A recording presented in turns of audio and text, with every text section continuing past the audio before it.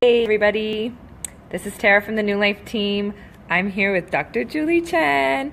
Say hi. She's here to answer all of your questions. Let's just give everybody a couple seconds to get online. Hello everybody. Once again, it's Tara from the New Life team. We're here with Dr. Julie Chen. And we're here, or she's here, to answer all of your questions today. So thank you so much for all of you who've posted your questions or sent them in to us.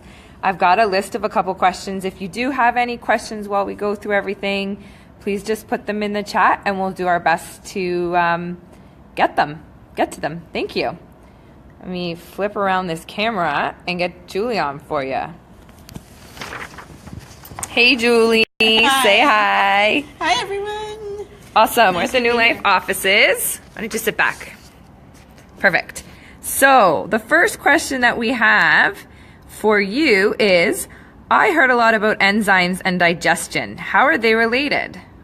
Well, enzymes are a really important part of your digestion. They're secreted by your pancreas.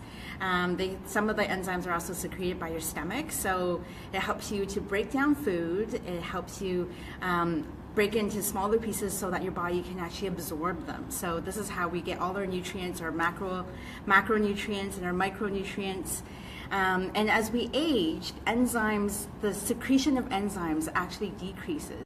Other health conditions that can decrease the body's secretion of enzymes. So often patients and customers will see that they may need to supplement enzymes from time to time, depending on their symptoms and depending on how they're feeling. Thank you, Dr. Julie. Another question that we had, actually, you may have answered this. So one of our lovely consumers wrote in and said, which enzymes aid in the digestion process? Well, there's a whole bunch, more than usually I can name, but the main ones are, there is a protease. There could be different forms of proteases, but protease is an enzyme that helps you to digest protein. Lipase is an enzyme that helps you to break down fats. There's cellulase. This is an important enzyme because cellulases and carboxylases, they help you to break down plant materials like cell walls. So plant cell walls, vegetation cell walls, especially when you're consuming them. So you need to break cell walls to be able to get the nutrients out of your plant food. So cellulases are important, and there are other enzymes like amylases and other glucoamylases that help you with digestion of starch and sugars. So those are your basic ones. Fantastic. So we'll move on. We've got some questions around bacteria and probiotics. The first question that we got into our customer service line is it true that bacteria are good for your digestive health? Well, bacteria they're such an important part of your of your digestive health and your overall health. There's more studies to show that of the 10 trillion there's actually 10 trillion cells of either bacteria or organisms on your body, and most of them actually reside in your digestive tract. And these bacteria actually helps you not only with digestion, like breaking down some of the foods, they also actually make nutrients. They make, for example, they help you make B12, they help you make vitamin K, and these are all essential for health. And the bacteria are also really good at kind of fighting off pathogens. So we've got good bacteria and we've got harmful bacteria. So you have a lot of harmful bacteria, or you've got fungus or yeast or whatever other pathogenic organisms. The good bacteria actually help you fight those and prevent you from getting infections. So the bacteria is a vital part of your overall health as well as your digestive health. Oh, awesome. Hi, Yvette. Welcome. We've got a viewer on. She says yes. So the next question that we have for Dr. Julie is, how often should I take probiotics? So probiotics are important because often when your digestion is off, after you've been, it could be that you've been sick, you've had some bout of traveler's diarrhea, or you actually get an infection. So sometimes the balance of the population of probiotics and the good bacteria in your gut is off. So there's an inequality, or sometimes if there's an overgrowth of harmful bacteria or pathogens, we call that dysbiosis. And so when you have dysbiosis, we need to supplement with good bacteria. And so this is often done in probiotics, and especially after a dose of, for example, antibiotics or something, right? So your balance of good and bad bacteria off, and so you need to supplement with probiotics. And probiotics, there's all sorts of different forms. Some of them are stronger and more viable and more stable than others. So the probiotics can actually be taken anytime, but the important thing is that you do take them. So I usually will take them, take them with a meal, first thing in the morning or last thing at night, so that you'll remember to get that in. So continue to take, if you continue to take probiotics, then you will make sure that you're trying to offset that population, the bad bacteria population, back to the good. Amazing, thank you. So we've got an interesting question here. Someone has written in and wants to know what the hype about turmeric is.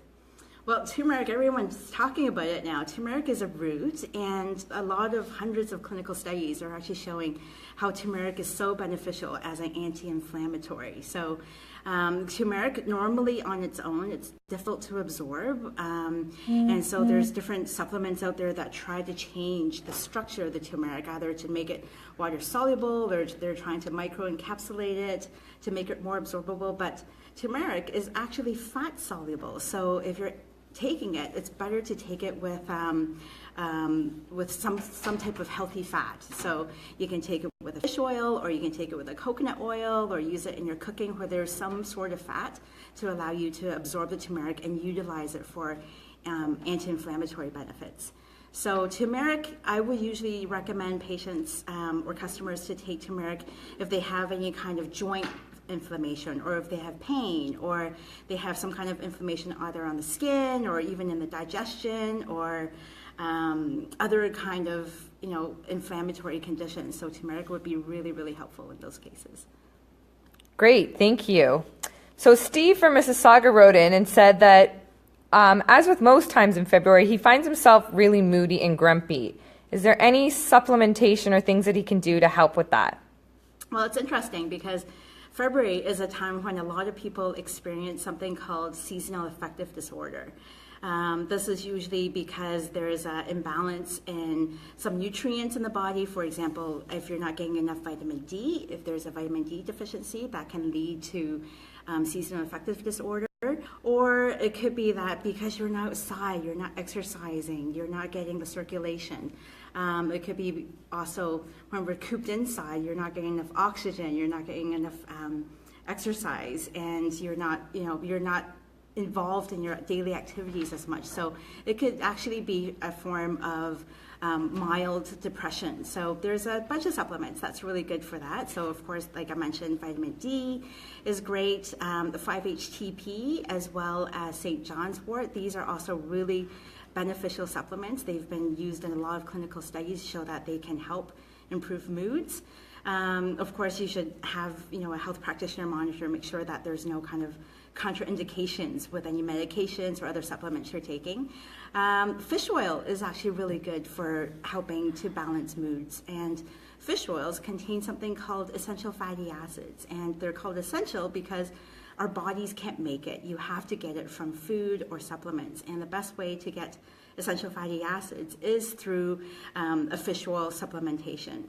And what's great about fish oil supplementation, I'm kind of going on and on, but fish oil supplementation is that you're getting the essential fatty acids in a concentrated form, and the fish oil has been cleaned, so there's no heavy metals or environmental pollutants. So taking it in a pill form is probably the most effective way of getting essential fatty acids. And the one essential fatty acid that's really beneficial for moods is EPA. So look for a fish oil that has high amounts of EPA.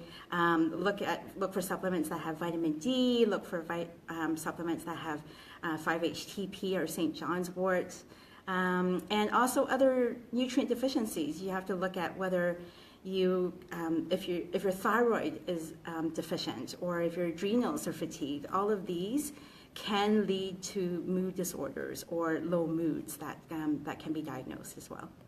Thank you. Scott Matthews on Facebook Live currently is asking, is curcumin not recommended for people who might have excess stomach acid or possibly even a stomach ulcer? Well, when you have a stomach ulcer, there's a lot of foods that can trigger pain. So curcumin, I think with stomach acid, I don't think it's an issue. It can actually help decrease the inflammation there, but certain foods for certain people can trigger excess stomach acid and can trigger pain. So usually for anyone that has an ulcer, it's really important that you make sure that you, first of all, you take your probiotics. You're able to heal that ulcer properly. So things like glutamine and things like marshmallow, or even slippery elm, and there's masticum or zinc carnosine. All these things are really good for helping to heal stomach ulcers. But work with a naturopathic doctor, or work with your doctor to make sure that you're not aggravating the condition, and watch your diet and heal that ulcer first. And then you can continue experimenting to see what foods will trigger or affect or even cause that stomach ulcer. Thank you. Hopefully, Scott, if you have any more questions, please feel free to write them for us. Another question that we got in was, what are some of the most common misconceptions about digestion and gut health? Well, I think the main thing is that people think, my digestion is an isolated system in the body. Like, whatever is affecting my digestion, that's it. As long as I fix that, then it's not related to anything else. But what we're finding out more and more, that digestion is the health of your digestion is kind of like the root of all your problems. People that have anything from skin issues to headaches to, I've got sinus problems. All of this actually stems from improper or imbalance in your digestion. So once you fix your digestion, a lot of these, what I call branch symptoms, will tend to lessen or resolve. So digestion is kind of the first thing that we would look at if you have any kind of health condition. So fix the digestion first, and then you can continue to address some of the other issues. Perfect. Okay, let me just have a quick look here. Actually, one of the comments that we got in earlier through our email blast is that this consumer knows that fiber is really important, but doesn't exactly know what it does. Can you maybe shed some light on that? Fiber, I think most people, that's a really good question. Fiber, people think, fiber, it helps me with bowel movements. But it goes far more beyond that. So fiber, there's two different types. I think one of the things that we have to remember, there's a soluble fiber, and then there's an insoluble fiber. So insoluble fiber basically means it's a fiber, it's roughage.